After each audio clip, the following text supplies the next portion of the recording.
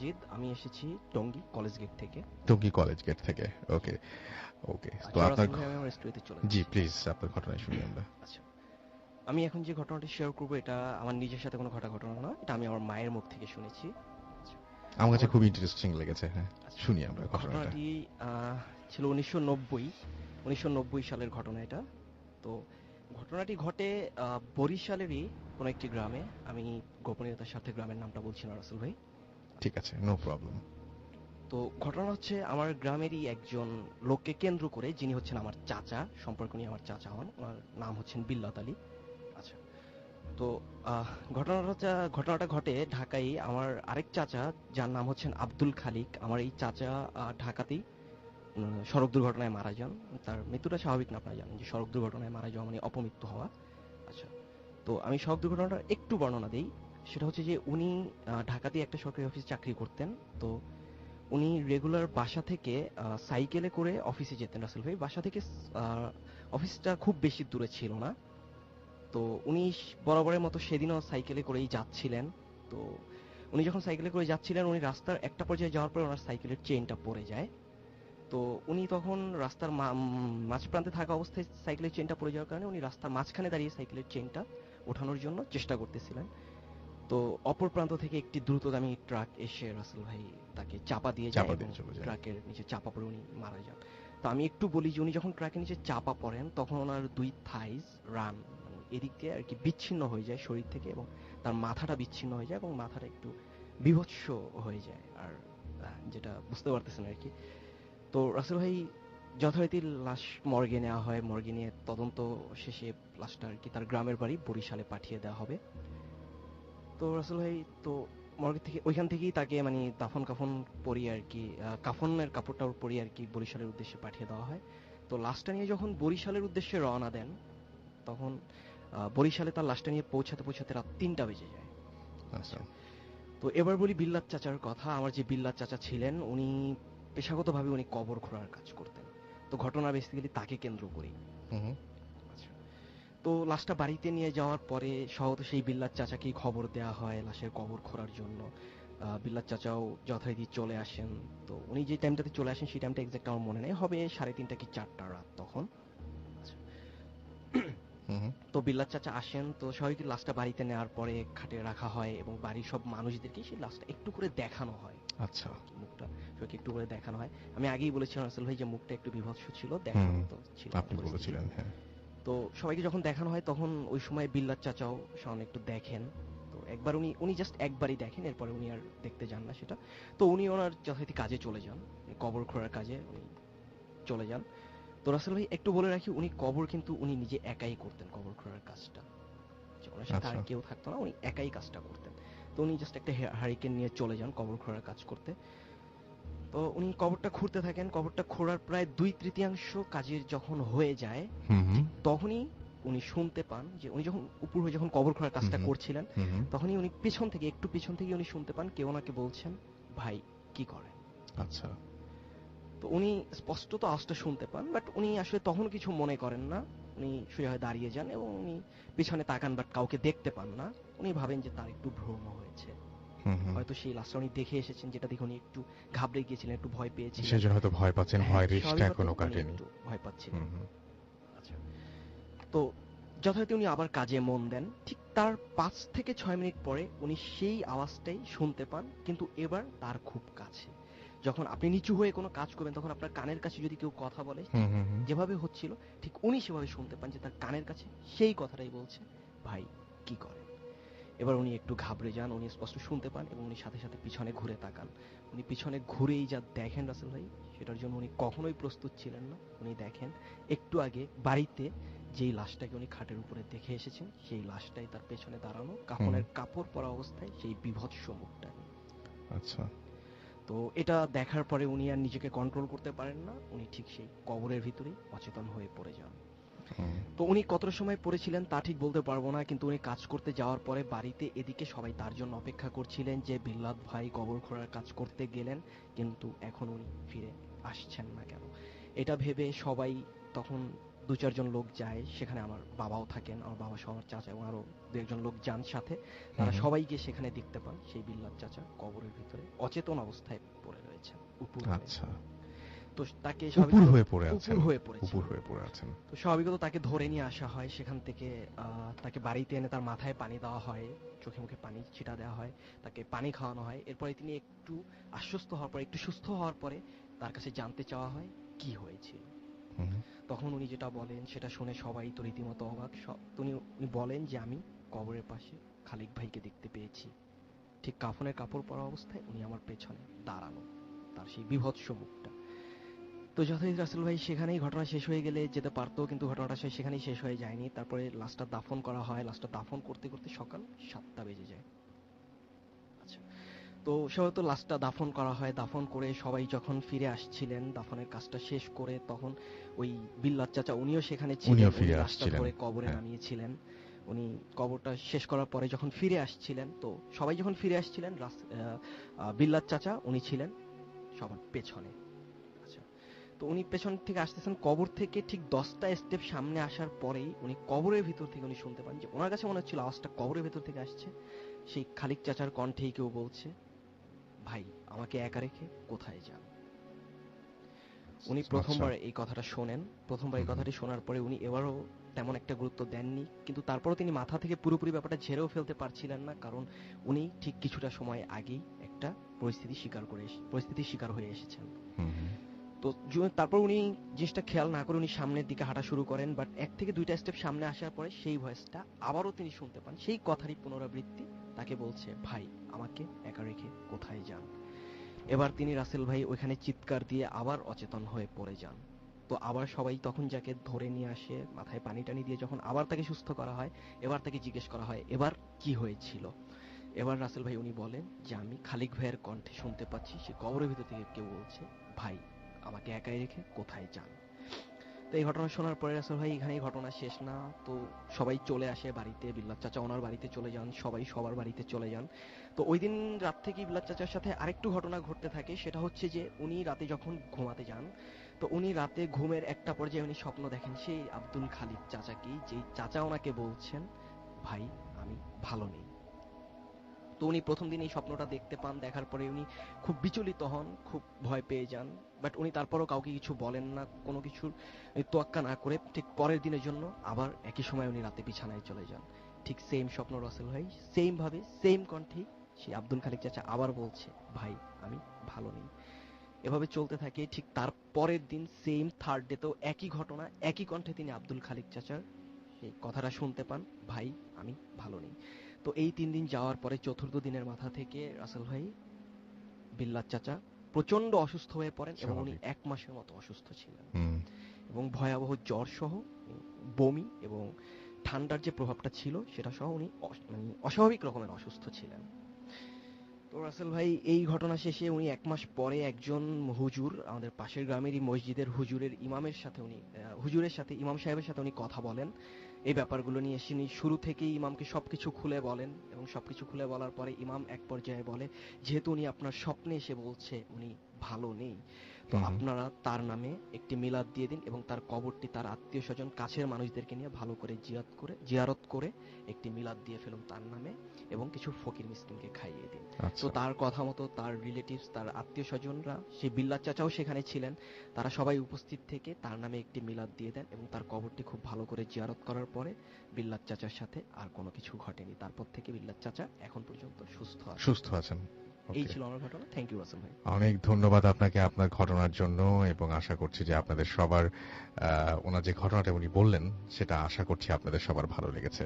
যাই হোক, শুনছেন সবসময় রেডিও 43.0 FM, আমি রাসেল আছি সাথে, এবং এই মুহূর্তে আপনারা শুনছেন ভূত এফএম, মানে ভূত এফএম চলছে, এবং আমার কাছে ভূত এফএমের আরো একটা ঘটনা আছে, সেটা আমরা একটু পড়ে শোনাতে চাই। তবে তার আগে আপনাদেরকে জানাই যে আমাদের যদি আপনারা এসএমএস করতে চান তাহলে এসএমএস করতে হলে নিয়মটি হচ্ছে মোবাইলের মেসেজ অপশনে গিয়ে টাইপ করবেন ফুর্তি, FOORTI ফুর্তি, স্পেস দিয়ে লিখবেন আপনার নাম, স্পেস দিয়ে লিখবেন আপনার মেসেজ, পাঠিয়ে দিতে হবে 9840 নাম্বারে। আর আমাদের যদি ইমেল করতে চান, আমাদের ইমেল অ্যাড্রেস হচ্ছে bhutfm@radiofurti.fm, which is BHTTFM @radioforti.fm। radio.fm। আপনার নাম, ঠিকানা এবং ফোন নাম্বার সহ আপনার জীবনে ঘটে যাওয়া বা আপনার জানা সেরা ঘটনা লিখে পাঠিয়ে দিন আমাদের কাছে। যাই হোক, আমি এখন যে ঘটনাটা আপনাদের সাথে আর কি শেয়ার করতে চাচ্ছি, সেই ঘটনাটিও বেশ অদ্ভুত, এবং সেই ঘটনাটি আমি বলবো যে আমার কাছে বেশ অদ্ভুতই লেগেছে, এবং আশা করছি যে আপনাদের সবার কাছেও অনেক অন্যরকমই লাগবে। যাই হোক, আমি সরাসরি ঘটনায় চলে যাচ্ছি। হ্যালো রাসেল ভাই, আমি রংপুর থেকে সিয়াম বলছি। আমি জানি আপনি সব সময় ভালোর দলে। আমি ভূত এফএমের সব এপিসোডগুলো শুনেছি। যাই হোক, আমি আজ যে ঘটনাটা শেয়ার করতে চাই সেটা আমার সাথে ঘটেছে আজ থেকে কয়েক বছর আগে। আমি তখন ক্লাস 8-এ পড়ি। মার কাছে শুনেছিলাম ছোটবেলায় আমার সাথে জিন ছিল। জিনটা কেমন তা আমি জানতাম না, আজও জানি না, অ্যান্ড দেখিও নি। তবে আমার সাথে যা ঘটেছিল তা অনেক ভয়ঙ্কর। যাই হোক, ঘটনাটা বলি। আমার দুপুরবেলা ঘুমানোর অভ্যেস ছিল। আমি রংপুর ফিরে ফায়ার সার্ভিসের কোয়ার্টারে থাকতাম। জায়গাটা ফায়ার সার্ভিসের মেম্বাররা ছাড়া কেউ এই এরিয়ায় ঢুকতে পারত না বলে এরিয়াটা বেশিরভাগ সময়ই জনশূন্য থাকত। একদিন আমি দুপুরে ঘুমাচ্ছিলাম, হঠাৎ আমি স্বপ্নতে একটা বীভৎস চেহারা দেখলাম, এবং দেখলাম যে আমি বমি করছি। এটা দেখে আমার ঘুম ভেঙে যায়। আমি চিৎকার দিয়ে উঠি। আমার মা দৌড়ে আসে। সবচেয়ে অবাক করা বিষয় হলো আমি মাকে দেখতে পাচ্ছিলাম না, বাট মনে হচ্ছিল কেউ একজন আমার চোখের সামনে দূরবীনটা উল্টো করে ধরে লাগিয়ে দিয়েছে, যার ফলে আমি আমার মাকে কয়েক ফিট দূরে দেখতে পাচ্ছিলাম। ঠিক দূরবীন সোজাভাবে লাগালে যেমন দূরের জিনিস কাছে দেখা যায়, ঠিক উল্টো করে ধরলে যেমন কাছের জিনিস দূরে চলে যায়। অথচ মা আমার গায়ে হাত দিয়ে দাঁড়িয়েছিলেন। এভাবে প্রতিটা জিনিস আমি দূরে দেখছিলাম। সবচেয়ে ভয়ঙ্কর যে দৃশ্যটি আমি তখন দেখলাম সেটা হলো যে আমার মাথাটা নিচু করে পায়ের দিকটায় তাকালাম। আমি দেখলাম যে আমার পা আমার দেহ থেকে 4-5 ফিট নিচে। আই আমার দেহটা লম্বা হয়ে গেছে। আমি দৌড়ে ওয়াশরুমে যাই এবং আমার অনেক বমি পায়। দেন আমি কাঁপতে কাঁপতে আমি বমি করি, এবং কাঁপতে কাঁপতে আমি বলছিলাম যে মা, আমি আর ভুল করব না, আমাকে বাঁচাও। এভাবে প্রতিটা দিন দুপুরবেলা আমার সাথে এমন হতো। আর মায়ের কাছে পরে শুনেছিলাম যখন আমার সাথে এমন হতো তখন আমার চোখ রক্তের মতো লাল হয়ে যেত। আমি আজও জানি না সেটা কেন হয়েছিল আমার সাথে, বাট আমি যখন ঘুম থেকে উঠতাম আমি কানের কাছে কারো বিকৃত হাসির শব্দ পেতাম, যেটার ফলে আমি চিৎকার করতাম। দেন আমাকে একজন বড় একজন ইমাম সাহেবের কাছে নিয়ে যাওয়া হয়। তিনি আমাকে বোতলে করে কিছু পানি জাতীয় খেতে দিয়েছিলেন এবং কিছু তেল দিয়েছিলেন শরীরে লাগানোর জন্য। দেন আমি ভালো হয়ে গেছি। তিনি বলেছিলেন যে আমার ওপর অপবিত্র কোনো কিছুর আসর আছে। এই ছিল আমার ঘটনা। ভালো লাগলে পড়ে শোনাবেন।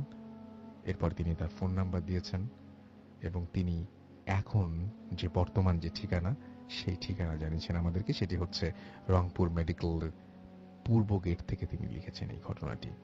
তো এইটা ছিল ঘটনা, এবং খুব অদ্ভুত একটা ব্যাপার যে হঠাৎ করেই আপনি যদি একদিন ঘুম থেকে ওঠেন, বা হঠাৎ করে আপনি যদি নিজের হাতের দিকে তাকান, যদি মনে হয় যে আপনার নিজের হাত আপনার থেকে কয়েক ফিট দূরে সরে গেছে, আপনার পাটা অনেক নিচে, যেখানে থাকার কথা তার চাইতে আরো অনেক বেশি নিচে, আপনার কাছের কোনো মানুষ, যে মানুষটাকে আপনি সবসময় দেখতে পাচ্ছেন সামনে, বুঝতে পারছেন যে আপনাকে স্পর্শ করছে, সেই মানুষটিকে আপনি অনেক দূরে দেখছেন, কেমন লাগবে? আর সবচেয়ে অদ্ভুত ব্যাপার যে আপনি মানে যখন ওই যে থাকে না যে কানের কাছে কিছু শুনতে পারে, এটা অনেকে অনেক রকম শুনতে পারে, কিন্তু ব্যাপারটা কি অদ্ভুত টাইপের দেখেছেন যে হঠাৎ করে যদি আপনি মনে করেন যে আপনার এই ঘরের মধ্যে অন্য কারো অস্তিত্ব আছে, আপনার কানের সামনে, আপনার কানের কাছে এসে কেউ অনবরত কিছু একটা বলছে বা আপনাকে বোঝাবার চেষ্টা করছে, সেটা তো খুবই ভয়ঙ্কর হতে পারে, তাই না? একটু আগে আমরা একটা কবরের স্টোরি শুনছিলাম। প্রথম যে ঘটনাটি ছিল সেই ঘটনাটি আমার কাছে খুবই অদ্ভুত লেগেছে। আমরা অনেক ধরনের ঘটনা শুনেছি যে সেই মানুষটি আমরা আমরা শুনি যে বিভিন্ন সময় মৃত মানুষদের সাথে আমরা কোনো না কোনোভাবে যোগাযোগ স্থাপন করি, সেটা স্বপ্নের মাধ্যমে হোক, কেউ কেউ সামনেও দেখে ফেলেন, এরকমও ঘটনা আমরা শুনেছি। এবং কিন্তু একজন মানুষ যিনি রেগুলার কবর খুঁড়তেন, যার ও অসম্ভব সাহসী হওয়ার কথা, অ্যাটলিস্ট তিনি যদি সাহসীও না হন, কবর খোঁড়ার ব্যাপার নিয়ে তার ভেতরে কোনো সংশয় থাকার কথা নয়, এবং এই সমস্ত ব্যাপারে তিনি একদম নির্ভীক বলা যেতে পারে। সেই মানুষটি ভয় পেলেন। কিরকম পরিস্থিতি হয়েছিল তারা চিন্তা করেন, যে ওইরকম একটা পরিস্থিতিতে এইরকম একজন মানুষ ভয় পেয়ে গিয়েছিলেন। তো আমরা অনেকেই সাহসী, অনেকেই অনেক সাহস দেখিয়ে থাকি, কিন্তু আমরা বলতে পারি না আসলে যে জীবনে কোন সময় সেই মুহূর্তটা চলে আসবে যেই মুহূর্তে আমি ভেঙে পড়তে পারি, আমিও ভয় পেতে পারি, এবং আমার সমস্ত লজিক উল্টাপাল্টা হয়ে যেতে পারে। আমাদেরকে দেখতে পাচ্ছি শুভ লিখেছেন রাজশাহী থেকে, এবং তার কাছে ভালো লেগেছে। খুলনা থেকে আনোয়ার এবং তার ওয়াইফ আফরিন লিখেছেন যে তারা আমাদেরকে শো শুনছেন, অ্যাপস দিয়ে শুনছেন। ওকে, আমাদেরকে এছাড়াও দেখতে পাচ্ছি রাজশাহী নিউ মার্কেট থেকে, নামটা লেখেননি, তিনি বলেছেন যে ভূত এফএম আছে, তার কাছে ভালো লাগছে। মিম এবং জেবা আমাদের ড্যামরা থেকে এসএমএস করেছেন এবং ছাদে বসে তারা শুনছেন। নাইম আমাদের এসএমএস করেছেন। রাজীব বাসাবো থেকে এসএমএস করেছেন, কাহিনীটা জোশ ছিল ভাইয়া, দুটো কাহিনী বলেছি আমরা, কোন কাহিনীটা একটু প্লিজ আমাদের জানাবেন, এবং সেই সাথে আমাদেরকে কিন্তু আজকে অবশ্যই ফেসবুকেও আপনারা রেসপন্স করবেন। হিমেল পান্ডে ক্যান্টনমেন্ট থেকে আমাদের লিখেছেন, এবং তিনি বলছেন অলরেডি তিনি আমাদেরকে জয়েন করে ফেলেছেন। অন্তর আমাদেরকে বলছেন ফার্স্ট স্টোরিটা তার কাছে অনেক ভালো লেগেছে। নাইম আমাদের এসএমএস করেছেন, এবং তারা শুনছেন আমাদেরকে। মুকিত এবং শিমু নেত্রকোনা থেকে আমাদের সাথে রয়েছেন, এবং তার ওয়াইফ একসাথে আছেন। এবং বাহার খিলগাঁও থেকে লিখেছেন যে ফার্স্ট স্টোরিটা ভালো ছিল, আমার কাছে অনেক পছন্দ হয়েছে সেটা। অভি আমাদের এসএমএস করেছেন কলেজ গেট থেকে।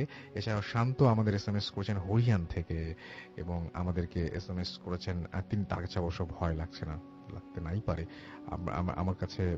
এছাড়া আমরা দেখতে পাচ্ছি যে নুজাত আমাদের এসএমএস করেছেন, লিখেছেন আই লাভ ভূত এফএম। আরিফুল আমাদের এসএমএস করেছেন, এবং শুক্রাবাদ থেকে। অন্তর আমাদের এসএমএস করেছেন। আলম আমাদের এসএমএস করেছেন।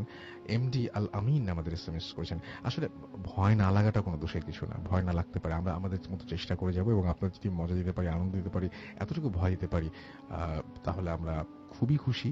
আবার একটা জিনিস সত্যি, সেখানে অবশ্য আমাদের কিছু করার নেই। যদি এইরকম হয় যে ভয়ের কোনো অনুভূতিই নাই, তাহলে আবার খুব মুশকিল হয়ে যায়। যে আমার ভয়ের কোনো অনুভূতি নাই, থাকে না যে আমরা অনেক হাসির কিছু বলছি, কেউ হাসছে না, চুপচাপ বসে আছে এবং আরো বিরক্ত হচ্ছে।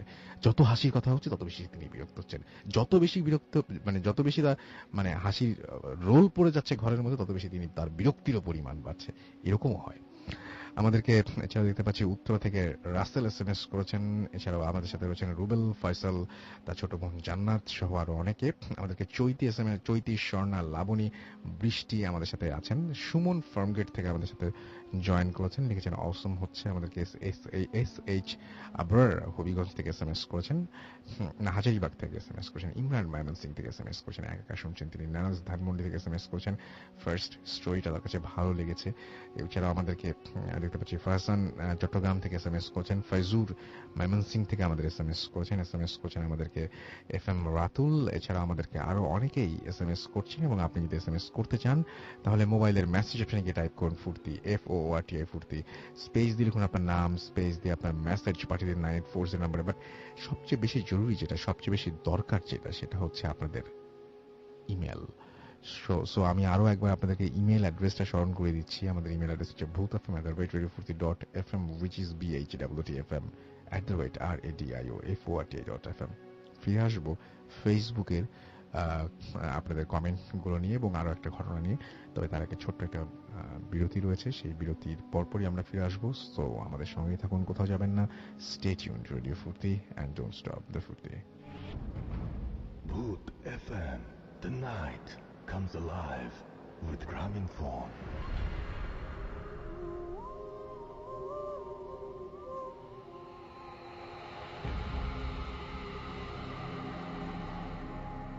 Yes, the night comes alive with Graminphone. শুনছেন সবসময় রেডিও ফুর্তি 8.2 FM। আমি রাসেল আছি সাথে, এবং আমার সাথে রয়েছেন আজকের অতিথিরা।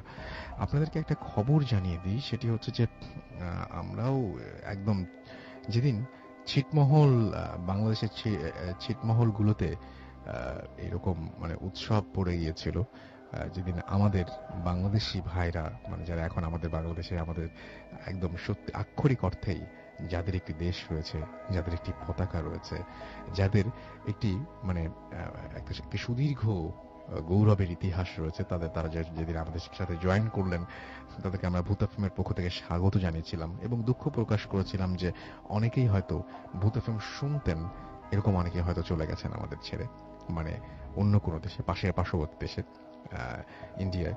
তো যারা এইবার ছিটমহলবাসী, যারা এইবার আমাদের সাথে এবার বিজয় দিবস পালন করবেন, তাদেরকে বিজয় দিবসের আগে তো আর কথা হবে না, সুতরাং আগেই আপনাদের সবাইকে শুভেচ্ছা জানাচ্ছি। প্রথমবারের মতো আপনাদেরকে আন্তরিকভাবে শুভেচ্ছা জানাচ্ছি বিজয় দিবসের, এবং আশা করছি যে আপনারা আমাদের সঙ্গেই থাকবেন সব সময়, এবং মানে ভূত এফএমের সঙ্গে থাকবেন এবং আমাদেরকে সেগুলো শুনবেন। আর আপনারা নিশ্চয়ই মানে সারা বিশ্বে যেখানেই ভূত এফএম শুনুন না কেন, নিশ্চয়ই জানেন যে এই ব্যাপারটা কি ঘটেছিল। আমাদের যে সমস্ত ছিটমহলবাসীরা ছিলেন, মানে এখন তারা আমাদের মানে যারা এই প্রথমবারের মতো আমাদের সাথে বিজয় দিবস উদযাপন করছেন, তাদের সাথে বিজয় দিবস পালন করতে পেরে আমরা নিজেরা অনেক বেশি আনন্দিত। আমি দেখতে পাচ্ছি যে আমাদের এইখানে ফেসবুকে অনেকেই কমেন্ট করছেন। শুভ আমাদের কমেন্ট করেছেন, এছাড়াও দেখতে পাচ্ছি এবং তার কাছে অসম লাগছে সেটা তিনি লিখেছেন। আপনারা ফেসবুকে এসে কমেন্টগুলো দেখতে পারেন এবং আপনারাও কমেন্ট করতে পারেন। এবং আমরা দেখতে পারলাম যে এখানে ঈশ্বরগঞ্জ থেকে শুনছেন, লিখেছেন আমাদের এখানে মমতাজুল হক মোহন। এছাড়াও আমাদের এখানে দেখতে পাচ্ছি মুস্তাফিজুর রহমান সবুজ আমাদেরকে বলেছেন যে ফার্স্ট ঘটনাটা তিনি খুবই তাকে ভয় পাইয়ে দিয়েছে। বাকি এসএমএস বাকি আটটুকু আর পড়লাম না। এস শান্ত আমাদের লিখেছেন যে খুবই ভালো হচ্ছে। চিটাগং থেকে মেডিকেলের মর্গে আমার সাথে একটা ঘটনা রয়েছে, লিখেছেন মোহাম্মদ ইয়াসিন শেখ রানা। আপনাকে এখনই আমি বলবো যে আপনি আমাদের ইমেল অ্যাড্রেস হচ্ছে bhutatfm@radio50.fm, সেখানে আপনি আপনার ঘটনাটি পাঠিয়ে দিন। ইয়াসিন শেখ রানা আপনাকে বলছি। আমাদেরকে এছাড়াও মাহিদুল হোসেন হৃদয় এখানে কমেন্ট করছেন, ক্লাসিক বয় জলিল। এছাড়াও আমাদের এখানে মাধবী আখতার আতিয়া, এছাড়াও নাজমুল ইসলাম নিলয়, মামুন ইসলাম, আসিফুল আলম, এছাড়াও তানভীর আহমেদ নাইম সহ আরো অনেকে কমেন্ট করছেন। এই কমেন্টগুলো সুবিধা হচ্ছে যে আমরা সারা সপ্তাহ জুড়ে এগুলো পড়তে পারি। রাকিবুল হাসান আমাদের এখানে কমেন্ট করেছেন। ভূত এফএমের যে পেজটা রয়েছে, অবুজ নাজিম আমাদের এখানে কমেন্ট করেছেন। আশরাফুল ইসলাম আমাদের এখানে আছেন। জেবি সাকিব, এছাড়াও দেলোয়ার হোসেন জিয়ন, সোহাগ চন্দ্র দাস, আরবি শেখ সহ আরো অনেককে দেখতে পাচ্ছি এখানে। And thank you very much আমাদের সঙ্গে থাকার জন্য। আশা করছি যে পুরোটা সময় আমাদের সঙ্গে থাকবেন। আমি এখন যে ঘটনায় যাব, সেই ঘটনাটি আমাদের আরেকজন অতিথি, তিনি হচ্ছেন হাফিজ সাহেব আমাদের, যিনি রেগুলার আসেন, মঈনুদ্দিন। এবং তিনি সমস্যায় পড়লে মানুষের উপকার করেন এবং সমস্যার সমাধানও করতে চেষ্টা করেন, কিন্তু কখনো কখনো যেটা হয় সেটা হচ্ছে নিজের জীবনেও তার ভয়ঙ্কর পরিণতি চলে আসে এবং সেই ভয়ঙ্কর পরিণতি তাকে মেনে নিতে হয়, সেই ভয়ঙ্কর মুহূর্ত তাকে বরণ করতে হয়। এরকম একটা অবস্থার মধ্যে তিনি পড়েছিলেন। আমরা শুনবো তার কাছ থেকে কি ঘটেছিল তার সেই ঘটনাটি, এবং আশা করছি যে আপনাদের অনেক বেশি ভালো লাগবে। মঈনুদ্দিন ভাই, ওয়েলকাম ব্যাক। কেমন আছেন? আলহামদুলিল্লাহ ভালো। ওকে, সো আপনার ঘটনা আমরা শুনে ফেলি। আমি বেশ কতদিন আগে 20-25 দিন আগে পাগলা গিয়েছিলাম বউবাজার দিকে। তো আমাদের এলাকাতে যে লোক আমাকে নিয়ে গেছিল, ওর ভাগ্নির পরিস্থিতি খারাপ ছিল, তো শাহ আলম ভাই করে নাম। তো ওর ভাগ্নির যে অবস্থা, ও আমাকে বলল যে মেয়েটা ক্লাস 7-এ পড়ে, রাত্রে 2টা বাজলে জানলা খুলে জানলা 1 থেকে 1.5 ঘন্টা একা একা কথা বলে, এবং কথাগুলো ওর মা কিছুই বুঝতে পারে না। কথাগুলো সে বলতে থাকে, 1 থেকে 1.5 ঘন্টা কথা বলে, এবং সে সপ্তাহ জুড়ে প্রতিদিন ভারী খাবার কিছুই খায় না, ভাত রুটি কিছুই খায় না, শুধু তরল খাবার, দুধ জুস খাবে, পানি খাবে, শরবত খাবে, কিন্তু ভাত রুটিগুলো কিছুই খেতে পারে না। আবার যখন বকাঝকা দিলে, মারধর করলে যখন খায় তখন ও বলে যে আমি মোরগ পোলাও খাবো। তখন তাকে যখন মোরগ পোলাও এনে দেওয়া হয় তো 3-4 প্লেটের বেশি খেয়ে ফেলে, খুব বেশি অতিরিক্ত খেয়ে ফেলে। তখন ওর মা আবার চিন্তা করে যে এত খাবার কিভাবে খায় ও, একটা মেয়ে মানুষ এতগুলো খাবার কি করে খায়, ও চিন্তা করে। এবং ওর আরেকটা সমস্যা ছিল, ও কোনো মেয়ে মানুষ দেখতে পেতো না, ভালো লাগতো না ওর কাছে, অস্থিরতা লাগতো, কারোর কাছে কথা বলতো না। মা, বোন, ফুপি, খালা, কোনো মেয়েকেই ও সহ্য করতে পারতো না। ছেলেদের সাথে কথা বলতো, বাবা, আঙ্কেল, এদের সাথে, পুরুষদের সাথে ও ভালো কথা বলতো, কিন্তু মেয়ে দেখতে পারতো না। লেখাপড়া একেবারে বন্ধই ছিল, পড়তো না, এবং নীরব, খুব একা পছন্দ করতো। তো এরকম সমস্যার কারণবশত ওরা খুব টেনশন ফিল করছিল যে কি হইল। তো মামা যখন আমাকে নিয়ে গেছে পাগলায়, তো আমি গেছি। তো যখন আমি ওদের বাসায় বসি তো দরজাটা বন্ধ করে দেয়, আসে না। তো আমি বলছি ঠিক আছে একটু বসি, দেখি কি করে আসা যায়। তো আমি প্রায় অনেকক্ষণ অপেক্ষা করলাম, 1-1.5 ঘন্টা অপেক্ষা করার পর ও যখন ঘর থেকে বাহির হয়ে আসলো, ওকে এত সুন্দর করে সাজগোজ করে আসলো যেন ওকে আমরা দেখতে গেছিলাম, এমন পরিস্থিতি। খুব সাজসজ্জা করে এবং হাতের মধ্যে শরবত, কিছু খাবার ট্রেতে করে নিয়ে আসতেছিল। তো যখন আসতেছিল আমি ওর দিকটা লক্ষ্য করলাম, ও হাঁটার সময় নুপুরের শব্দ পাই, খুব সুন্দর নুপুরের শব্দ আসে। এবং ও যখন কাছে আসে আমি রজনীগন্ধা ফুলের সুবাস পাই, খুব সুন্দর খুশবু গ্রামে ভরে গেছে। এবং ও যখন চলে আসতেছিল আমাদের এই রুমটাতে, বারান্দার মধ্যে বেসিং ছিল, একটা গ্লাস ছিল বেসিং এর উপর, সবাইকে দেখা যায় কিন্তু মেয়েটাকে দেখা যাচ্ছে না গ্লাসটাতে। তখন আমার কাছে খুব সন্দেহ হয়, যেহেতু মানুষ, ওকে গ্লাসে কেন দেখা যাচ্ছে না, এবং ও নুপুরের শব্দ, পায়ে তো নুপুর নেই, পায়ে নুপুরের শব্দ আসে কি করে। এবং ও যখন আসলো রজনীগন্ধা ফুলের ঘ্রাণে ভরে গেল, তখন আমি ভাবলাম যে অবশ্যই তাহলে এটা কোনো জিনের আসর।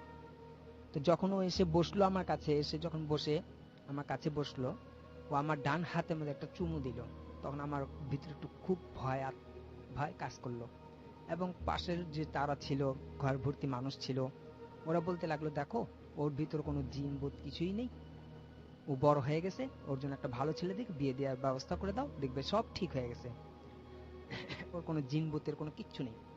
তখন আমি বলে দিলাম যে দেখেন আপনারা সবাই বাহিরে চলে যান, আমাকে যিনি নিয়ে আসছে এই শাহ আলম ভাই থাকবে আর ওনার বাবা থাকুক, বাকি সবাই বাহিরে চলে যান, আমি ওকে দেখবো। তো যখন ও আমার হাতে চুমু দিল এবং আমার হাতটা কাঁপতেছিল, তখন মেয়ে বলতেছে আপনার হাত কাঁপে কেন? তখন আমি বলছি বয়সে বেশি হয়ে গেছে তো তাই জন্য হাত কাঁপতেছে। তো যখন আমি ওর বসালাম দরজাটা বন্ধ করে, ওর বাবা এবং মামাকে রেখে, আমি ওর হাত দুটো আঙ্গুলটা যখন চাপ দিই এবং সূরা জিনের 5 আয়াতটা যখন পড়ি, তখন ওর পরিস্থিতি খুব ভয়াবহ হয়ে যায়। তার চোখ দুটো এমন অবস্থা হয় যা দেখে ওর বাবা বলতেছে যে আমার শরীরের অবস্থা অনেক খারাপ হয়ে গেছে, আমার পেছনের সাইড মাথাটা এবং খুব ব্যথা করতেছে, অস্থিরতা লাগতেছে, আমার ভালো লাগতেছে না, আমি বাইরে চলে যাই, আপনি কাজ করেন, ওর মামা থাকবে। তো মামা বলতেছে আমারও একই অবস্থা, আমার খারাপ লাগতেছে। তো ওর মামা বিছানায় একটা বালিশ নিয়ে ঘুমিয়ে পড়লেন, খুব অচেতন হয়ে গেলেন, ওরও ভালো লাগতেছে না বলে। তো আমি ওকে জিজ্ঞেস করলাম তোমার নাম কি? তো বলতেছে আমি বলবো না। তুমি কোত্থেকে আসছো? বলে না আমি বলবো না, আমি আমার নামও বলবো না, আর আমি এখান থেকে যাব না, আমি সাইমাকে মারবো, সাইমাকে খুব আঘাত করব, ওকে খুন করে ফেলবো, ওকে মেরে ফেলবো। তখন বলছেন সাইমাকে মেরে ফেলবে তুমি কে? তখন বলতেছে আমি ঐশী, আমি সাইমা না। তুমি সাইমা না, ঐশী কে? তখন বলতেছে আমি পড়ি, আমি সাইমাকে ওদের বাথরুমের ভিতরে যে টব আছে সেখানে ফেলে রেখেছি, ডুবায় রাখছি, এবং আমি ওর বেশ ধরে এখানে আছি। তখন বলছি না এটা তো ঠিক হলো না, তোমাকে তো এখান থেকে চলে যেতে হবে। তখন আমি তার দু হাতের মধ্যে কালো সুতা এবং দু পায়ের মধ্যে কালো সুতা বেঁধে রেখে দিই যেন পালাতে না পারে। তখন ওকে যখন এই কাজটা করলাম, মুহূর্তের মধ্যে সে একটি সাপের ধারণ করলো। আপনি একদম চোখের সামনে দেখেছেন? একদম আমার চোখের সামনে, একদম আপনার চোখের সামনে? এটা তো অবিশ্বাস্য ব্যাপার। অবিশ্বাস্য ব্যাপার। এবং আমি আপনি কি এর আগে কোনোদিন ঘটেছে না? কখনো না। আচ্ছা, এটা দেখে আমিও খুব ভয় পাইছি। আচ্ছা আমি সাথে সাথে দাঁড়িয়ে গেছি এটা দেখে, এবং ওর চোখ দুটো আমার চোখের সাথে যখন মিলে গেছে, আমার সেই জায়গার মধ্যে পরিস্থিতি খুব ভয়াবহ গেছে, যে আমার পুরো শরীর খুব আগুনের মতো যেন জ্বলতেছে, গরম বাতাস শরীর থেকে আমার দিতেছে, এবং আমার খুব মাথা ব্যথা ধরে গেছে। আমিও পুরো অবাক হয়ে গেছি যে এটা কি দেখলাম, এটা তো অবিশ্বাস, আমি কখনো করি। তা আমার খুব ভয় ছিল। তা আমার সাথে সবসময় মির্জা জাফরানের কালি দিয়ে আমি লিখি, তো ডালিম গাছ একটা ডাল ছিল যেটা দিয়ে আমি তাবিজ লিখতাম। তো সেই ডালটা দিয়ে আমি আমার চারপাশে একটা বৃত্ত রেখা আর্ট করলাম আমার পাশে মাটিতে, এবং আয়াতুল কুরসি পড়ে আমার জায়গাটাকে বন্ধ করে দিলাম, যেন আমার ভিতরে আমার কাছে বাউন্ডারি আমার কাছে না আসতে পারে, আমার কোনো ক্ষতি না করতে পারে, এমন আমি একটা কাজ করে দিলাম।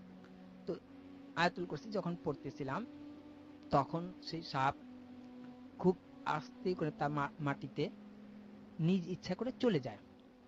তখন আমি খুব পরিস্থিতি নিজেকে আয়ত্ত করি, নিজের শরীরটাকে নিজে বন্ধ করে কিছু দোয়া পড়ে ফু দিয়ে এরপর মামাকে ডাক দিতে থাকে। মামার ঘুম থেকে ওঠে না, খুব ঘুমিয়ে আছে। এরপর বাবাকে আমি ডাক দিতে থাকি যে আসেন, ভিতরে আসেন, এবং আপনাদের বাথরুমটা, যেখানে বাথরুম আছে সেখানে আমাকে নিয়ে যান, ওইখানে আপনার মেয়ে ডুবানো অবস্থায় আছে। তখন নিয়ে যাওয়া হয়। ওদের বাথরুমে যে একটা পাথরের চাপা থাকে, সেই পাথরটা চাপিয়ে দেখা যায় ওই বাথরুমে সাইমা ডুবানো অবস্থায়। তখন বললাম যে আপনারা এক কাজ করেন, ওকে ফ্রেশ হয়ে করান, গোসল করে জামা কাপড় বদলে একটা ডাক্তারি পরামর্শ নেন, ডাক্তারের চিকিৎসা নিয়ে নেন। এখন আমি 2টা দিন পরে আসবো, এখন স্যালাইন ট্যালাইন দিয়ে ডাক্তারের সাথে যোগাযোগ করেন। তো যখন আমি মানে ডাক্তার এখন যা বলবে সেটা শুনেন। আচ্ছা হ্যাঁ, তো আমি বলছি, তো ডাক্তারের পরামর্শ নেওয়ার জন্য বললাম। এবং আমি যখন বের হয়ে যাব কাজ শেষ করে রাত 12:30 বাজে, আমি ওদের বাড়ি থেকে উপরে আসতে হলে, পাগলা বউবাজারের উপরে রাস্তা আসতে হলে রিক্সা দিয়ে যেতে হয় বা হেঁটেও যেতে হয়, অনেক দূর পথ। তো আমি বাহিরে এসে যখন একটা রিক্সাওয়ালাকে জিজ্ঞেস করলাম, অন্ধকার হয়েছে তো, গ্রামের মতন তো, কোনো রিক্সা নেই। একজন রিক্সাওয়ালা ছিল যিনি পাঞ্জাবি টুপি পরা, তো ওই খুব চুপচাপ বসেছিল। তো আমি রিক্সাওয়ালাকে জিজ্ঞেস করলাম, ভাই আমাকে উপরে দিয়ে আসেন, তো কথা বলে না। তা আমি যখন ওই কথাটা বলতেছিলাম, ওই মুহূর্তে আমাকে 5-6টা পাথর নিক্ষেপ করা হয় পিছন থেকে, 5-6টা পাথর আমাকে মারা হয়। তারপর আমি বলতেছি এটা তো পরিস্থিতি খারাপ, আমাকে হয়তো ছাড়বে না, মারবে। আমি রিক্সাওয়ালাকে ধমক দিয়ে বললাম যে যাবেন কি না, না গেলে আমাকে বলে দেন। তো কিছু না বলে বললো যে উঠেন।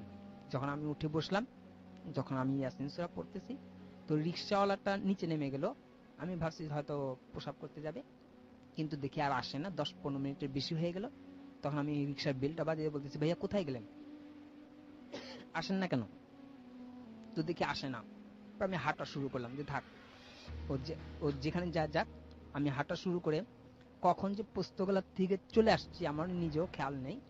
এসে দেখি সেই রিক্সাওয়ালা ওইখানেই দাঁড়ানো।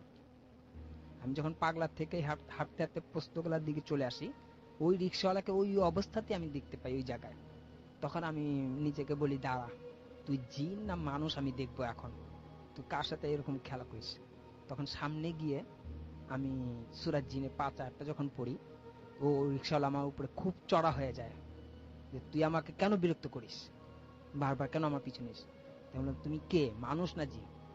তখন বলছে, আমি যেই হই, তুই আমার বিরক্ত করিস কেন? তো আমার ঘাটটা ধরে খুব ঝাঁকি দেয়, এত ঝাঁকি দেয়। তখন আমি ভাবছি যে ঠিক আছে, এটা মানুষ নয়, এটা ঘাট। তখন আমি আবার আয়াতুল কুরসি পড়ি, তখন ওর মধ্যে ও ভ্যানিশ হয় আর কি, দেখা যায় না আর। রিক্সাটা পড়ে থাকে, ও নাই। এরপর যখন আমি বাসায় চলে আসি, বাড়িতে আমার 3 দিন, আমার আম্মু পর্যন্ত এটা খেয়াল করে। বাড়িতে আমি যখন চলে আসি, বাড়ির মধ্যেও আমার একই অবস্থা হয়। আমার মতো আম্মু মাথার সামনে বসে হাসতে থাকে। আমার আম্মু দেখতেছে, আমি তো আমার রুমে বসা, কিন্তু আমার আম্মু দেখতেছে, আমার আম্মুর কাছে কাছে আমি সবসময় থাকতেছি। এবং প্রায় 20-22 দিনের মতো আমি 1 গ্লাস পানি পর্যন্ত খেতে পারিনি। কোনো খাওয়া দাওয়া সব বন্ধ ছিল, কোনো খাওয়া দাওয়া করতে পারিনি, 1 গ্লাস পানিও না। আম্মু আমাকে নিয়ে খুব বকাঝকা করে, এতে আম্মুর উপরে একটু সমস্যা দেখা দেয়। আম্মুর হাতে একটু আঘাত পায়, আম্মুকে ধাক্কা দেয়, এবং আম্মু সচক্ষে দেখে যে আমি আম্মুর মাথার সামনে বসে হাসতেছি বা আম্মুকে ভয় দেখাচ্ছি। আম্মু আমাকে বলতেছে কি ব্যাপার, তুই আমার পিছনে এরকম কেন করিস? তাই বলছি দেখেন আমি তো ঘরে। পরে আম্মু দেখতেছে যে হ্যাঁ আমি তো ঘরেই, কিন্তু আমার মতো পুরো আমার ঠিক এরকম এরকম আম্মুর সাথে খেলা করে। পরে আমি বলছি ঠিক আছে আজকে থেকে আর হবে না, আমি দেখতেছি। তখন আমি রাতে বসে জানিয়ে দিই যে দেখো আমার সাথে কোনো সমস্যা করো না, সাইমাকে তুমি রিটার্ন দিয়ে দাও, সাইমাকে কোনো ক্ষতি করবে না, তোমার জায়গায় তুমি চলে যাও, আর নাহলে আমি তোমাকে আটকে রাখবো, তোমাকে সমস্যা করে ফেলবো। তো এখন আলহামদুলিল্লাহ ভালো আছি, আম্মু খুব ভালো আছে, কোনো সমস্যা এখন দেখা দিতেছে না, মোটামুটি ভালোর দিকে আমি। ওকে, থ্যাংক ইউ ভেরি মাচ আপনার ঘটনার জন্য। আমি দেখতে পাচ্ছি আমাদেরকে আক্তার হোসেন এসএমএস করেছেন এবং আমাদেরকে দেখতে পাচ্ছি সুচল এসএমএস করেছেন। আচ্ছা, আমরা এসএমএস পরে পড়ি। আমরা আমরা আরেকটা ঘটনায় চলে যাই। আপনার নামটা আরেকবার প্লিজ একটু বলবেন, তারপর আপনার ঘটনা শুনবো আমরা। সেকেন্ড যে ঘটনাটা আপনার আছে সেটা আমরা একটু শুনে ফেলি। থ্যাংক ইউ রাসেল ভাই। This is Sajid again. Hello listeners. Rasel ভাই, এখন আমি যে ঘটনাটা শেয়ার করতে চাচ্ছি এটা হচ্ছে একটা বাড়ি কেন্দ্রিক। বাড়িটা ঢাকাতেই, বাট বাড়িটা কোথায় আমি অ্যাড্রেসটা বলছি না, লোকেশনটা আমি উজ্জ্বল রাখছি। ওকে, আচ্ছা, আমি ঘটনা শুরু করি। তো রাসেল ভাই, এই বাড়িটা হচ্ছে অনেক পুরাতন। অনেক পুরাতন বলতে এটা 1960s, হ্যাঁ 1960 সালের দিকের বাড়ি তৈরি করা এটা।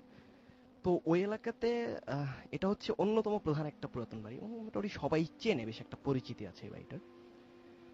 তো ওই বাড়িটাতে কিছু প্রবলেম আছে, স্টিল নাও এখনো হচ্ছে প্রবলেমগুলা। তো ওই বাড়িটায় যে ধরনের প্রবলেমগুলো হয় বা যারা ফেস করছে ওইখানে, আমি নিজে তার একজন সাক্ষী, আমি নিজে ফেস করছি, প্লাস আমি সহ আরো বেশ কিছু মানুষ ওই বাড়িটাতে অনেক কিছু ফেস করছে, অনেক কিছু নোটিস করতে পারছে তারা।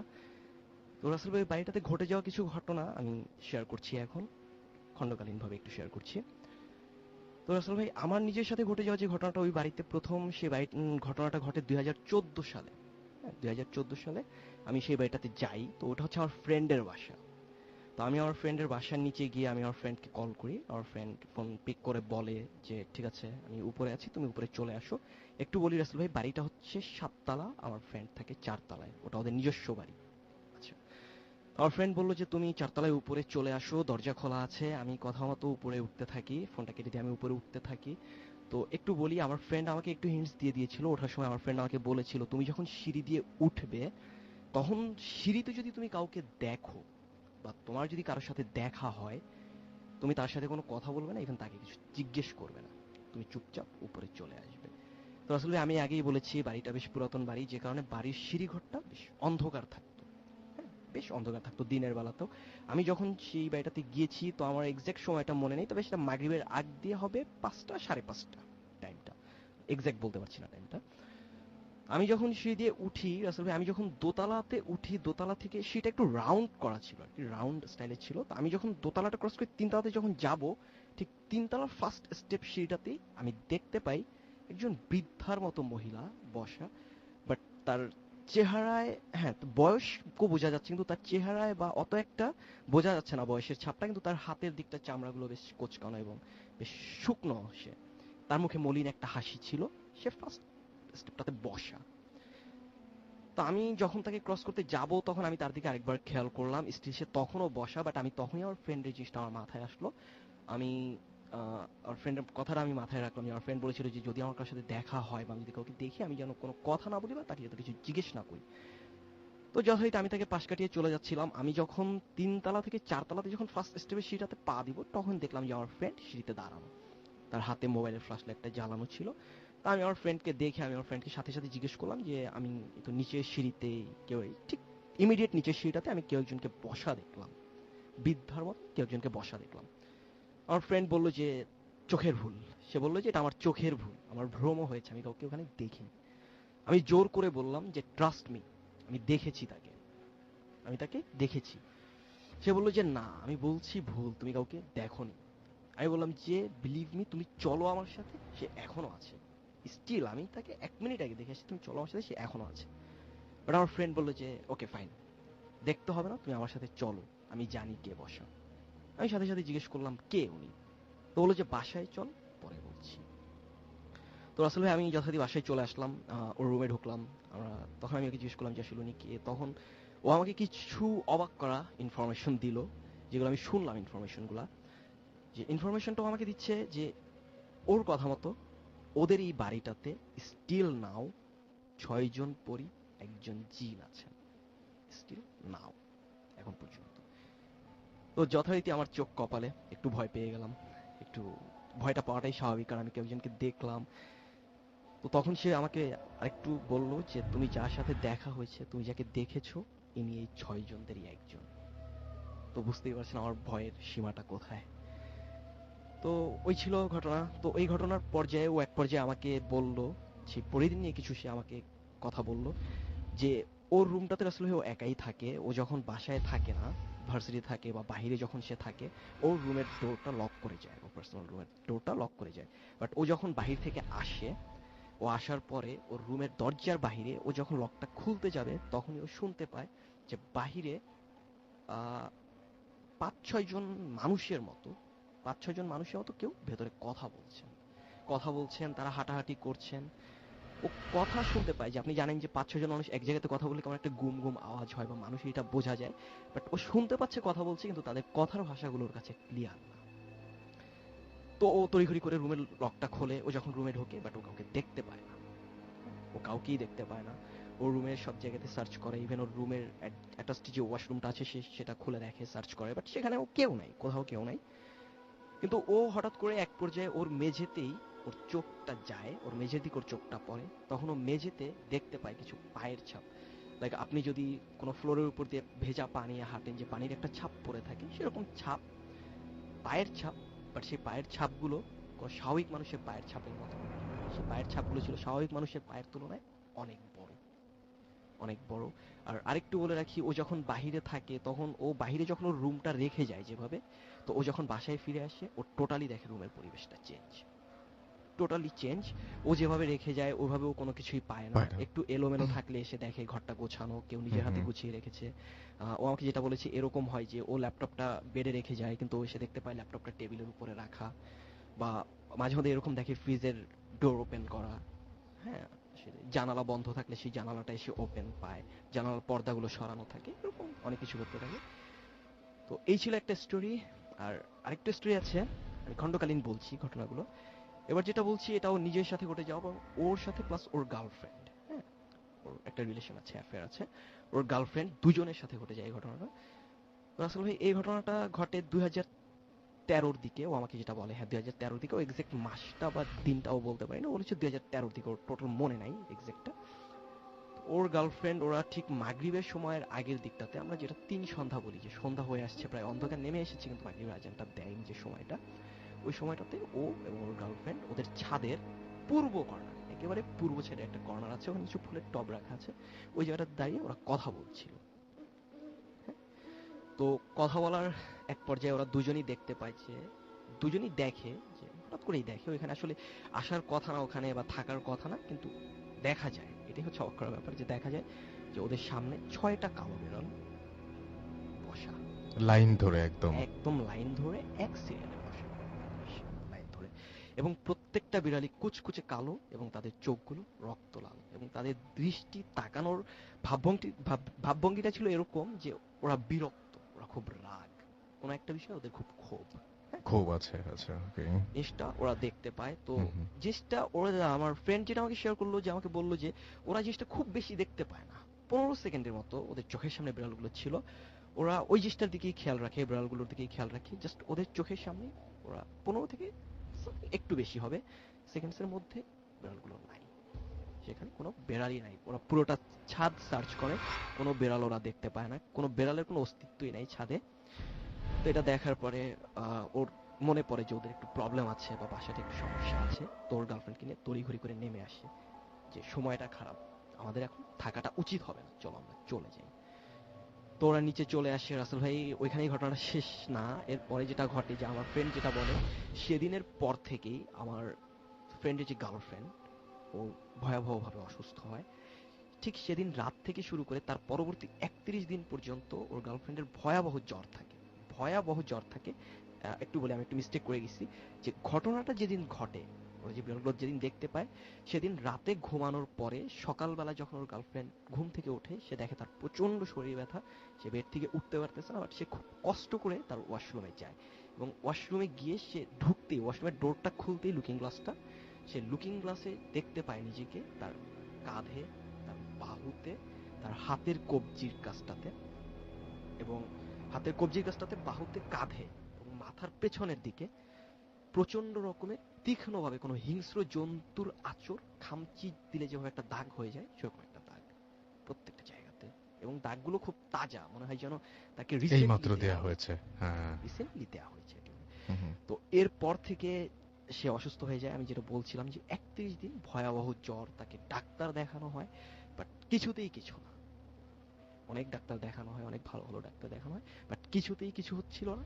ঠিক 31 দিন পরে সে মানে সুস্থ হয়ে যায়, তার আর কোনো প্রবলেম হয় না, তাকে কোথাও যেতে হয়নি, কিছুই করতে হয়নি।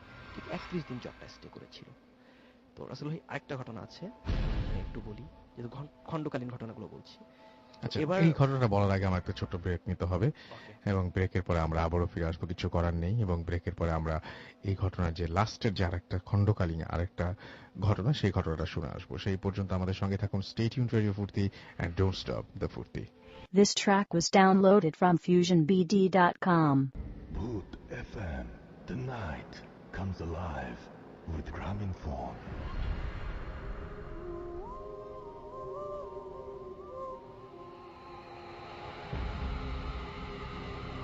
Welcome back. শুনছিলাম সাজিদের কাছে ঘটনা, এবং আমরা কোনো কথা না বলে সরাসরি ঘটনার পরের অংশে চলে যাই। জি, থ্যাংক ইউ রাসেল ভাই। Hello listeners, this is Sajid again. এখন আমি আমার ঘটনার শেষ পার্টটা বলছি রাসেল ভাই। জি। তো এখন যে ঘটনার শেষ পার্টটা বলছি, এটাও আমার নিজের সাথেই ঘটে যাওয়া, এবং ওই বাসাতেই। তো রাসেল ভাই, আমি ওই বাসাটাতে পরবর্তীতে গিয়েছিলাম, আবার সেটা আমাকে কাজেই যেতে হয়েছিল, একটা কাজের কারণে আমাকে সেই বাসাটাতে যেতে হয়েছিল। তো এবার আমি যখন সেই বাসাটায় যাই, তখন আমি বাসাটায় 6:30টার দিকে চলে যাই। আমার ফ্রেন্ড হুম। ছিল বাসায়, তো বরাবর মতো বাসায় উঠে যাই, ওর সাথে আড্ডা দিই। তো বাসার ছাদে আমরা যাই, বাসার ছাদে আমার ফ্রেন্ড বলছিল যে আমরা বাসার ছাদে গিয়ে এবং আড্ডাটা দিই, আমরা বাসার ছাদে যাই। তো আসলে একটু আপনাকে বলি, যেহেতু বাড়িটা অনেক পুরাতন, আপনি নিশ্চয়ই জানেন যে আগের দিনের পুরাতন বাড়িতে যে বাসার ছাদগুলো করা হতো, সেই ছাদের উপর যে পানির ট্যাঙ্কিটা থাকতো, সেটা সিমেন্টের বড় করে ট্যাঙ্কি করা থাকতো। হুম। যে এখন যেমন প্লাস্টিকের ট্যাঙ্কিগুলো এরকম না, সিমেন্টের বড় একটা তৈরি ট্যাঙ্কি ছিল।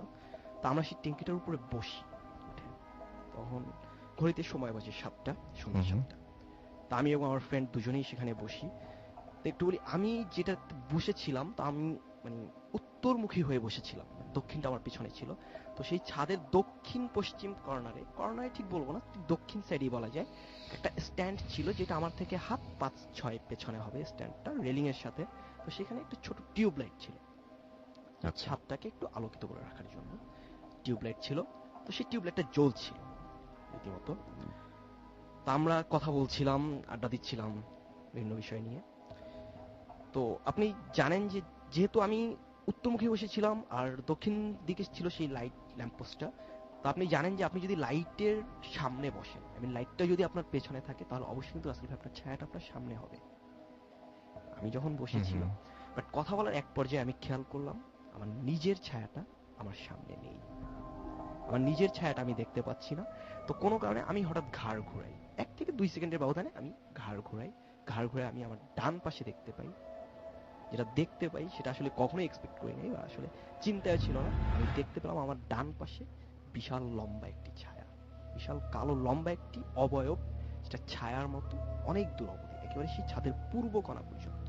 ছাদটা অনেক বড়, ছাদের পূর্ব কোণা পর্যন্ত বিশাল লম্বা একটি ছায়া। তো একটা কথা হচ্ছে যে আমার ছায়াটা তো কখনোই আমার পাশে পড়ার কথা না, যেহেতু আমার লাইটটা আমার পেছনে, আর আমি ছিলাম বসা, অবশ্যই আমার ছায়াটা দাঁড়ানো হবে না। তো এটা দেখে আমি একটু ঘাবড়ে যাই, আমি একটু ভয় পাই। তখন আমি আমার ফ্রেন্ডকে কিছু জানাইনি, আমার ফ্রেন্ড কথা বলে যাচ্ছে। আমি তৎক্ষণাৎ সাথে সাথে আমি আমার বাঁ পাশে তাকাই, বাট আমি আমার বাঁ পাশে কিছুই দেখতে পাই না, যে এর যে ছায়াটা আমার ডান পাশে পড়বে সেরকম কিছুই ছিল না আমার বাঁ পাশে। তো আমি বাঁ পাশ থেকে আবার তড়িঘড়ি করে আমি ডান পাশে তাকাই, স্টিল না, তখনও ছায়াটা আছে, আমি তখনও দেখছি ছায়াটা। আমি আমার ফ্রেন্ডকে ইশারা করি, কথা বলি না, আমি ইশারা করি আমার ডান দিকে তাকানোর জন্য। আমি এবং আমার ফ্রেন্ড আমরা একসাথে ডান দিকে তাকাই, বাট আমরা কিছু দেখতে পাই না। আমি আমার ফ্রেন্ডকে বলি যে আমি এরকম একটা লম্বা কালো অবয়ব একটা ছায়া দেখেছি। আমার ফ্রেন্ড বললো যে আর কিছু বলতে হবে না, নিচে চল। আমি বললাম যে কেন? বললাম যে নিচে চল। আমার ফ্রেন্ড আর কিছুই বললো না, জাস্ট ও আমাকে ট্যাঙ্কি থেকে আগে নামতে দিয়ে ও পেছনে নেমে ও বললো যে চুপচাপ চল, কথা বলিস না। আমি নিচে চলে এলাম, আমরা রুমে চলে এলাম। তো এবার বলি যে রাসেল ভাই, যে আমি এর আগে যে পরী নিয়ে বলছিলাম, বা আমি যে একটা ছায়া নিয়ে বলছিলাম, বা যাদের দেখেছি একজনকে প্রথম ঘটনায় শেয়ার করেছিলাম, সেটা ওই পরিদেরই একজন ছিলেন। এবার একটু বলি, ওই বাড়িটাতে 2012 সালের দিকে ঠিক বাড়ির পাশেই যে জায়গাটাতে একটা মসজিদ আছে, খুবই মানে পপুলার একটা মসজিদ, সবাই চেনে মোটামুটি ওখানকার। সেই মসজিদটার কথা সবাই জানে, সবাই চেনে। আমি মসজিদটার লোকেশনও বলছি না, মসজিদটার ঠিকানা বলছি না। সেই মসজিদেরই খতিবকে নিয়ে আসা হয় ওই বাড়িতে, যে আসলে কি সমস্যা, খতিবকে নিয়ে আসা হয়। তো মসজিদের খতিব আসেন যথারীতি। উনি সবার আগেই বাড়িটার গ্যারেজটা এবং ছাদটা ভালো করে পর্যবেক্ষণ করেন। উনি বাড়িটার গ্যারেজটা এবং ছাদটা সবার আগে পর্যবেক্ষণ করেন ভালো করে। তারপর উনি রুমের ভিতরে যান, রুমের ভেতর সহ বাড়ির ছাদ সহ সবকিছু উনি পরীক্ষা টরীক্ষা করার পরে উনি এসে বলেন এরপরে কি ঘটনা। তখন উনি মানে ছাদে যেটা হয় যে উনি যখন মানে তদন্তে আসেন বা কি ব্যাপারটা বোঝার জন্য আসেন, তখন ছাদে বসে ওনার সাথে কথা হয়, এবং উনি পরবর্তীতে সেটা এসে জানান, যেটা যে আমি ছাদে কথা বলেছি, এবং উনি বলেছেন যে এই বাড়িতে 6 জন পরী এবং একজন জিনের উপস্থিতি আছেন। এবার উনি বলেন যে আমি জিনের সাথে কথা বলেছি, জিন উনি বলেছেন যে উনি এই জায়গাটাতে 150 বছর ধরে আছেন। 150 বছর ধরে। আচ্ছা, অনেক আগে থেকে। হ্যাঁ, উনি অনেক আগে থেকে এই জায়গাটাতে আছেন। এবং পরীদের কথা বলেন যে এরা বহিরাগত, এরা আমার ফ্রেন্ডের সাথে এসেছে, এরা আমার ফ্রেন্ডের সাথেই এসেছে। আর যে জিনটা উনি এখানেই স্থায়ী 150 বছর যাবত আছেন। এবং উনি জিনটা ওনাকে যেটা বলেন যে আমাকে এখান থেকে সরানো বা আমাকে এখান থেকে বিতাড়িত করার ব্যর্থ চেষ্টা করো না। এই বাড়ি 7 তালা কেন, এই বাড়ি যদি 1000 তালাও করা হয় আমি তার উপরেও থাকবো। আর সবচেয়ে বড় কথা হচ্ছে, আমি তো কারো এখানে ক্ষতি করছি না, আমার দ্বারা কারো কোনো ক্ষতি হচ্ছে না। আমি এই জায়গাটাতে নামাজ পড়ি নিয়মিত, আমি কোরআন তেলাওয়াত করি, কেন আমাকে এখান থেকে তাড়ানোর চেষ্টা করা হচ্ছে, ওকে। উনি প্রশ্ন রেখেছেন। তো তো ওই জিনের সম্পর্কে আরেকটু বলি, যে ব্যাপারটা হচ্ছে যে আমার ফ্রেন্ড ওরা সবসময় যেটা দেখতো, যে পরবর্তীতে যে ঘটনাগুলো ঘটতো, যে ওরা দুপুরের টাইমে বা সন্ধ্যার টাইমে বা অনেক রাতে বা খুবই ভোরবেলায় ওরা শুনতে পেত যে বাড়ির ছাদের ওই জায়গাটা থেকে কেউ খুব মধুর সুমধুর সুরে কোরআন তেলাওয়াত করছে। অনেক ধন্যবাদ আপনাকে। আপনার কাছে আবারও ফিরে আসবো আমরা। আমরা চলে যাব আপাতত Thank you, আবারও এসএমএস এ, এবং আমি দেখতে পাচ্ছি যে রনি আমাদের এসএমএস করেছেন, এবং আমাদেরকে এসএমএস করেছেন দেখতে পাচ্ছি। এছাড়াও আমাদেরকে এসএমএস করেছেন দেখতে পাচ্ছি জিকো, মিরপুর 1 থেকে, এবং তার আম্মু ভূত এফএম শুনছে, এবং তিনি লিখেছেন যে এছাড়া ফুর্তি.com আমাদের সাথে সাভার থেকে লিখেছেন। এছাড়া আমাদের সাথে রাব্বি কুষ্টিয়া থেকে এসএমএস করেছেন আমাদেরকে। এমডি বিজয় রাজশাহী থেকে, অনামিকা ফরিদপুর থেকে আমাদের এসএমএস করেছেন, এবং স্টোরিগুলো তার কাছে ভালো লাগছে সেটা তিনি জানিয়েছেন। বাহার খিলগাঁও থেকে আমাদের এসএমএস করেছেন, এবং আমাদেরকে এসএমএস তিনি লিখেছেন Bhoot FM will you marry me. Babu Jessore থেকে লিখেছেন যে তার কাছে ভালো লাগছে। রাইফেলস বাপ্পি হাজারিবাগ থেকে এসএমএস করেছেন, এবং আমাদেরকে এসএমএস করেছেন দেখতে পাচ্ছি আলম গাজীপুর থেকে। এছাড়াও সামির সাতক্ষীরা থেকে আমাদের সাথে রয়েছেন দেখতে পাচ্ছি চিটাগং থেকে। এছাড়াও দেখতে পাচ্ছি আমাদের সাথে চিটাগং থেকে আছেন লিঙ্কন। এছাড়াও শুভ ওয়াসা থেকে আমাদের সাথে আছেন। অর্চি ঢাকা থেকে আমাদের সাথে আছেন। খুলনা থেকে আনোয়ার এবং তার ওয়াইফ আফরিন আমাদের সাথে আছেন এখনো পর্যন্ত, এবং আমাদের সাথে রয়েছেন দেখতে পাচ্ছি আরিফ এবং তার ওয়াইফ রুম্পা। জেরিন আমাদের সাথে রয়েছেন, জেরিন তাসনিম। মায়া আমাদের সাথে বলছেন যে অনেক ভালো সবগুলো। শ্রাবণ আমাদের সাথে সিলেট থেকে আছেন, এবং এছাড়াও রয়েছেন শাহিন মিরা বাজার সিলেট থেকে। খুলনা থেকে আচ্ছা আবারও মুহিদ আমাদের এসএমএস করেছেন, আজকে তার বার্থডে, জন্মদিনের অনেক অনেক শুভেচ্ছা আপনার জন্য। দিনী ইসলাম আমাদের সাথে রয়েছেন নারায়ণগঞ্জ থেকে। এছাড়াও দেখতে পাচ্ছি যে ঘোস্ট কিলার আমাদের সাথে রয়েছেন সিলেট থেকে। আমাদের সাথে রয়েছেন তাওহিদ। এছাড়া আমাদের সাথে রয়েছেন অয়ন, এবং আমাদের সাথে সোনিয়া আছেন চট্টগ্রাম থেকে। সৈয়ব আমাদের সাথে রয়েছেন শিরোয়েল রাজশাহী থেকে, এবং ফোর্থ স্টোরিটা তার কাছে ভালো লেগেছে। আরিফ এবং তার ওয়াইফ রুম্পা লিখেছেন হবিগঞ্জ থেকে ভয়াবহ। এছাড়াও সিদ্দিক আমাদের সাথে রয়েছেন নাটোর থেকে, এবং খুব ভয় লাগছে তার কাছে। সুপ্তি ময়মনসিং থেকে আমাদের সাথে রয়েছেন। মিনহাজ আমাদের সাথে রয়েছেন সোনারগাঁ থেকে। এছাড়াও আরিফ এবং আচ্ছা অনেকবার এসএমএস করছে আপনারা। আমাদের সাথে রয়েছেন এছাড়াও দেখতে পাচ্ছি ইমতিয়াজ ক্যান্টনমেন্ট থেকে। এছাড়াও সৈকত আমাদের সাথে রয়েছেন সাভার থেকে, এবং তারা ছাদে বসে শুনছেন। সো এই ছিল এসএমএস, যারাও দেখতে পাচ্ছি যে আমাদের সাথে ফেসবুকে অনেকে আপনারা লিখছেন। আচ্ছা, ফেসবুকে যেমন রয়েছেন প্রাণ বণিক, তিনি লিখেছেন যে ভাইয়া আজকের স্টোরিগুলো অনেক ভয়ঙ্কর। এছাড়া আমাদের সাথে আহমেদ শরীফ আছেন, এবং আমাদের সাথে, এবং তিনি বলছেন যে তার কাছে মনে হচ্ছে তার সাথে কিছু একটা রয়েছে, পড়ে নেবেন আপনারা, দেখতে পাবেন। রোমিও আমাদের এখানে লিখেছেন যে my loving Bhoot FM, big thanks for your effort to make our time happy. Thank you very much আমাদের সাথে থাকার জন্য, আপনাকে অনেক অনেক ধন্যবাদ। সৈকত বণিক আমাদের সাথে রয়েছেন, আই লাভ ভূত এফএম লিখেছেন আতিকুর। এছাড়াও আমাদের সাথে রয়েছেন দেখতে পাচ্ছি আনিস, এছাড়াও ফয়সাল, ইরাজ, এরা আমি ফেসবুক থেকে পড়ছি। এছাড়া আমাদের সাথে রয়েছেন দেখতে পাচ্ছি আরো অনেকেই। আপনি যদি ফেসবুকে আসতে চান তাহলে চলে আসুন www.facebook.com/bhutfm.russell এই অ্যাড্রেসে। আমাদের সাথে এখানে রয়েছেন দীর্ঘ 3 বছর ধরে ভূত এফএম শুনছি লিখেছেন আমাদের এখানে বিদ্রোহী জাহিদ। এছাড়া আমাদের সাথে রয়েছেন যে কবর খোঁড়ার কাহিনীটা জটিল ছিল, তালহা বিন ফয়সাল লিখেছেন উদ্দেশ্যহীন আমি লিখেছেন অনেক ভয় করছে। এছাড়াও হৃদয় খান আমাদের সাথে রয়েছেন, লিখেছেন ভাইয়া আমি আজকে নতুন শুনছি, ভালো লাগছে। ফুর্তির পেজে এগুলো সব আছে। আমাদেরকে এছাড়াও দেখতে পাচ্ছি শিপলু লিখেছেন আমাদের এখানে লিখেছেন নাইল কথা, এছাড়াও ঘুমহীন দুই চোখ, আরিয়ান, রনি, রাজীব সহ আরো অনেক এখানে লিখছেন। এই পেজে যদি আপনারা জয়েন করতে চান তাহলে চলে আসুন www.facebook.com/radio.furti এই অ্যাড্রেসে। আমাদেরকে এসএমএস যদি করতে চান তাহলে আমাদের এসএমএস করার নিয়মটি হচ্ছে মোবাইলের মেসেজ অপশনে গিয়ে টাইপ করুন ফুর্তি, FORTI ফুর্তি, স্পেস দিয়ে লিখুন আপনার নাম, স্পেস দিয়ে আপনার মেসেজ পাঠিয়ে দিন 9840 নাম্বারে। আর আমাদের ইমেল অ্যাড্রেসটা বারবার করে মনে করিয়ে দিতে চাই আপনাদেরকে, আমাদের ইমেল অ্যাড্রেস হচ্ছে bhutfm@radiofurti.fm, which is BHWTFM@radioforti.fm। আমি আবার চলে যাচ্ছি হাফেজ মাইনুদ্দিন ভাইয়ের কাছে, একটা কোয়েশ্চেন করব তার কাছে আমি, এবং আচ্ছা ওখানেও মনে হয় বলতে পারবেন। কোয়েশ্চেনটা হচ্ছে এরকম ধরনের যে যখন আপনি দেখেন যে কোনো একটা কাজ করতে গিয়ে বিপদটা আপনার উপরেই উল্টে চলে এসেছে, তখন সেখান থেকে পরিত্রাণ পেতে তো অনেক কষ্ট হয়, অনেক কিছু করতে হয়, অনেক কিছু করতে হয় আমাকে। এবং সব সময় মানে মানে কি বলবো, যে এবার আপনি মনে হয় মোটামুটি প্রতিজ্ঞাই করেছিলেন যে আর কোনোদিন এই কাজ করবেন না। এবার আমি পুরো নিজের উপরে আর কি ইয়া করেছি যে আর কখনো চীন ছাড়ানো কাজে যাব না। এরপর আজকে আবার ফোন আসছে যে আমাকে ফরিদপুর যেতে হবে। ফরিদপুরে এরকম একজনের পরিস্থিতি খুব ভয়াবহ খারাপ, তোকে আমি বলে দিচ্ছি ঠিক আছে আইসে। সাধারণত কেন আপনাদের এরকম আক্রমণটা কেন হয়? আক্রমণ কিসের জন্য হয়? ওরা তো আমাদের শত্রু হয়ে যায়। আমরা যখন ওদেরকে তাড়াই, ওদের ইচ্ছে যে আমি যাকে পছন্দ করেছি বা আমার এই জায়গাটা পছন্দ হয়েছে বা আমি মানুষের সাথে বসবাস করব, এর মধ্যে আমরা যদি তাকে তাড়িয়ে দিই তখন আমাদের সাথে ওরা খুব রাগ হয়ে যায় যে আমাকে তাড়াতে পারবা না, আমি থাকবই। তো কিন্তু মানুষের তো সমস্যা হয়ে যায়, এগুলো মানুষ তো বিপদ পড়ে যায়, অবশ্যই। তো ওরা আমাদের শত্রু হয়ে যায়। এই জন্য আমাকেও খুব প্রায় এরকম আজকে শুধু নয়, এর আগে এরকম আমি খুব কষ্ট পেয়েছি, একেবারে আমার জন্য খুব সমস্যা হয়ে দাঁড়িয়ে যায়। ওকে, অনেক ধন্যবাদ আপনাকে। তারপরেও কষ্ট করে এসেছেন এবং আপনি বেশ অসুস্থ ছিলেন। কতদিন অসুস্থ ছিলেন বললেন যেন আরেকবার? 25 দিনের মতো। 25 দিনের মতো অসুস্থ ছিলেন। একেবারে খাওয়া দাওয়া সব বন্ধ ছিল। জি জি।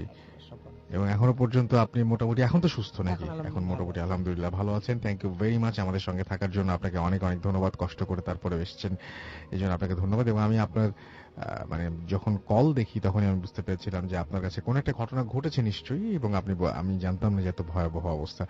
আমরা আরেকবার সাজিদের কাছে যাবো, তার লাস্ট যে স্টোরিটা আছে সেই স্টোরিটা শুনবো, কারণ আমাদের নতুন অতিথি নিয়ে আসতে হবে। আপনার লাস্ট স্টোরিটা প্লিজ একটু ছোট্ট করে আমাদের যদি বলতেন। একটু ছোট করে বলতে হবে না? হ্যাঁ, hello listeners, this is Sajid again. জি। তো রাসেল ভাই, এখন যে ঘটনাটা শেয়ার করছি এটা অবশ্য আমার নিজের সাথেই ঘটে যাওয়া একটি ঘটনা। তো ঘটনাটি ঘটে 2012 সালের জুন মাসে। তো ঘটনাটি ঘটে বরিশালের কোনো একটি প্রত্যন্ত গ্রামে। আমি সেই গ্রামে গিয়েছিলাম আমার কাজিনের বিয়ে উপলক্ষে। হ্যাঁ, প্রত্যন্ত বলতে খুবই ব্যাকওয়ার্ড গ্রামটা। তো সেই গ্রামে এখনো ইলেকট্রিসিটি যায়নি, বিদ্যুৎ যায়নি মানুষের। রাতে হারিকেন কুপি এখনো ব্যবহার হয়।